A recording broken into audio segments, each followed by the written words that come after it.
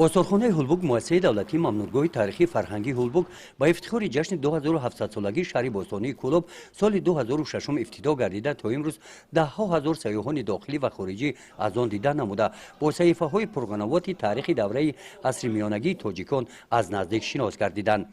تشریف این کودکان و نورسان از دهات گلستان ناحیه واسه در دایره چهارمینی های وطن پرور بخشیده به 31 سالگرد روز تأسیس یابی قواهای مسلح جمهوری تاجیکستان به خاطر دانستن تاریخ گذشته خود و رسیدن به قدر ارزش‌های دوران صاحب استقلالی تاجیکستان راه اندازی گردیده است.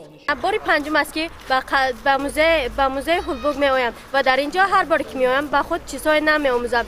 این چنین من فهمیدم که مردم تاجیک از دوره‌های قدیم تا این جانب خیلی هنرمند بودند. این چنین زر و زیور آنها از دوره قدیمی طلا نقره از همه چی زر و زیورهای خود را استفاده می‌بردند و فهمیدم که مردم تاجیک تا حالا از دوره قدیم و تا این جانب تا حالا همچون مردم هنرمند مردم پیشرفته شناخته می‌شوند. در آثارخانه هولبوگ 10,000 نگاره‌ها از دوره عصر سنگ، برنجی، دوره کوشانیان و یونان و باختری و اساساً دوره عصر میانه دولت سامانیان که از یادگاری تاریخی شهر قدیمی هولبوگ در نتیجه کوشش‌های باستانشناسان از زیر زمین یافت شدند گرد آورده شدند.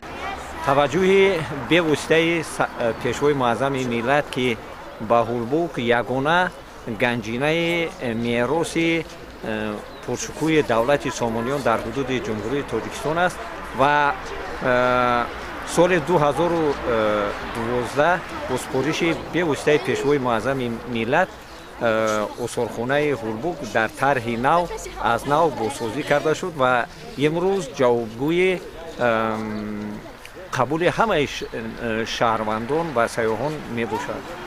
سال 2023 3851 نفر سیاحان داخلی و 701 نفر سیاحان خارجی از این آثارخانه دیدن نمودند. طبق اطلاع رهبریت آثارخانه شماره سیاحان خارجی در این ماه نظر به همین دوره سال گذشته زیاد به قید گرفته شده است.